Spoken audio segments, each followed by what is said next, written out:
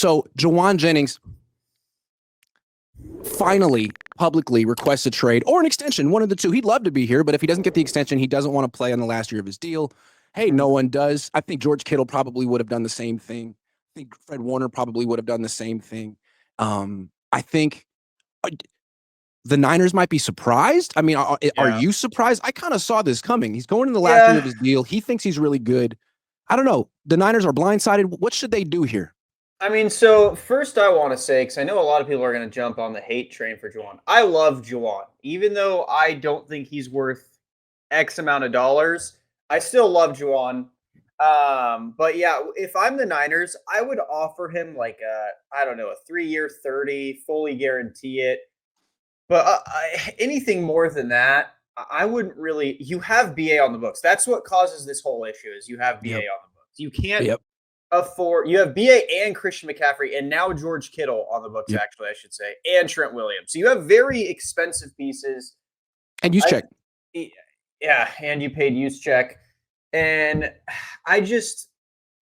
I love Jawan, and I think we need it because our receiver room is thin, but you can't be desperate if you're the Niners. You have to just be like, you know what? We just got to give these young guys a go, especially depending on what you can get.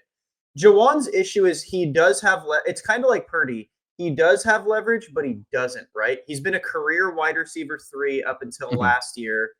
He's not a great route runner. He's older in his career anyways. He's slower. So, like... He's probably worth more to the Niners than he is to another team. Yeah, I agree. Like, I was actually talking to a buddy about this right before this podcast. Like, who do you even think would want him for money? Like, when he says he wants to get paid, what is that? What is that, right? If that is Cooper Kupp, like $15 million, if that's what we're setting it at, who would give him that? Like, maybe the Chargers, if that? But well, let's look at it from the other perspective before we go there. I mean, I think you could make an argument that he's worth an extension for the 49ers. Like, if they were to trade him, then their number 1 receiver week 1 would be Ricky Pearsall. Their number 2 receiver would be Jacob Cowing. And Ayuk comes back and hopefully he ends up being the number 1 wide receiver, and you don't really miss Jennings anymore. But you don't exactly know what's going to – you might want to get an actual look at Ayuk before you move Jennings. I mean, you're putting Purdy in a pretty tough position early in the season if he loses Jennings as well. That's his go-to guy, 113 targets last year. So it's kind of good timing on Jennings' part. Like, you really feel confident enough? You think you can beat the Seahawks without me week 1? Get started at factormeals.com/cone50off and use code cone50off to get 50% off plus free shipping on your first box. Yeah, I mean, that is the one, like, tiff I will give towards Jawan. That's my one issue with Jawan is the timing's scummy. Like, I get it. NFL's a business. You know, you have to do what you got to do. But yeah, I mean, if you're the Niners, like, I would say 3 years 30, 3-year 36. I'll guarantee most of it. That's as high as we will go, though. And like, I wouldn't do a whole BA thing where I'd play this out. I'd be like, that is truly the highest we will go. Otherwise, we'll ship you to Cleveland. Like, you know, we'll find someone that needs you if you really want it. I might go a little higher for him, but not much. And I think 3 years is the right number. I think I might go to 45, but really, you go 15? Here's the thing with here's why I like Jennings. I feel like with other wide receivers, guys who are faster than him, guys who are first-round picks, Ayuk's a great example. If you have one superior season, all of a sudden, you're in the conversation for $30 million a year. Jennings never will be, because Jennings is like a glorified tight end. He's so slow, and his route tree is so limited that he's essentially a move tight end. And that means he's going to get paid about half of what a number 1 wide receiver would get, which to me is like a great deal. A guy who can block and get you 1,000 yards and maybe 5 to 10 touchdowns for. I mean, it's cheaper than Kittle, which I think is good. I mean, other wide receivers are going to be so expensive just because they run a 4.5 and are perceived as potential number 1 guys when he'll never be looked at that way. One more thing about him being slow, I feel like he could age well. I mean, if he loses a step, he's still running flat routes. Yeah. Outs. My biggest issue with Jawan, right, in signing him is now we're locked in on 2 receivers. Yeah.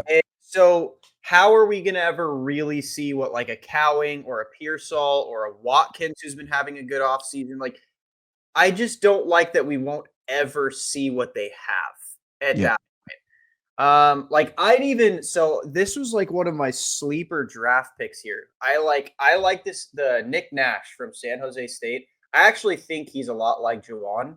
I would try and finagle a deal for Jawan to there and get Nick Nash on San Francisco.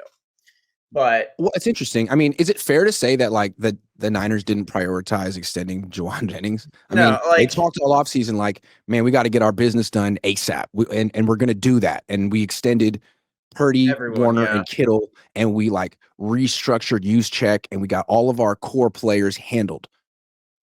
Is Jennings not a core player? Or are you going to do this one at the buzzer at the very last minute, unlike the other ones, or are you going to cave to a player's public pressure like you always do? And that's my thing is I think they didn't, right? I think they like Jawan might have asked because they said he's been asking. And I think they're like, dude, come on. We got to prioritize George, Fred, Purdy. Like, we got a lot to get done before we look at your contract, which I can't blame the Niners for doing, like, at all. I would prioritize every player and what they've prioritized over Jawan as well. But yeah, again, I think you just, if you're the Niners, don't come in there with like a super low ball, like, oh, we'll give you like 2-year, $5 million. Like, don't come in there with like a crazy low ball. Just like try and get it over with. Actually go in there with your true highest offer. If he says no, then trade him. Like, I want this to be like done. I just feel like he has such a good connection with Purdy. I do too. You know, like Purdy really, like an instinctual connection. Purdy, who throws blind 40% of the time, according to Brock, really likes to throw to Jennings when he can't see a damn thing. Yeah. You take him away, I don't know. It'll be interesting to see what happens to Brock. I like Jawan. So that's what I'm saying. Like, if I'm the Niners, man, just go in there with your highest offer. If he doesn't take it, trade him. Like, I really think this is one of those few situations where just get it done. Like, just get it done as fast as possible. This one doesn't need to be some drawn out, you know. They can't draw it out, right? No. They absolutely can't. Because all offseason, they were pretty much patting themselves on the back for getting work done. And not only that, they used Brandon Ayuk's contract dispute and Trent Williams as essentially the main excuse for their down season last year, right? They're like, we had a lot of drama last year. It kind of overshadowed everything, took the focus off of football. This year, no drama, fully focused on football. That's why we're going to have a bounce back season. And now you can't bring the drama back, right? Because you introduced that as a topic, as an excuse.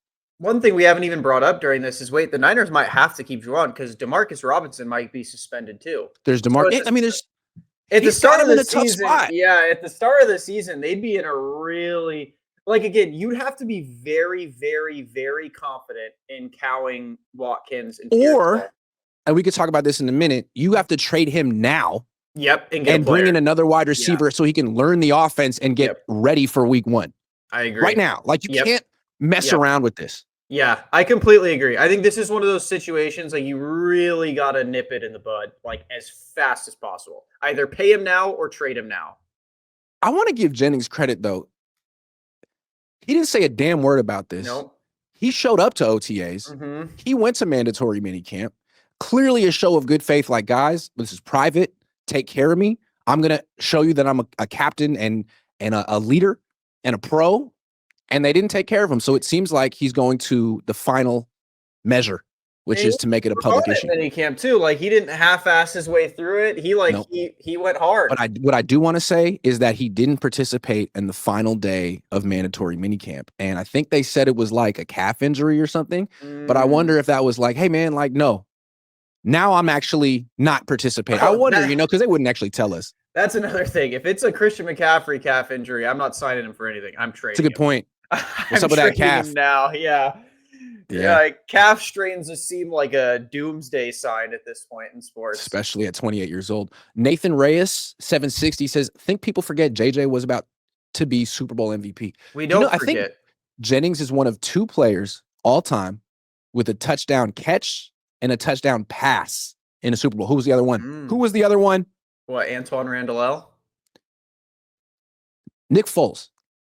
Oh, yeah. Nick Foles.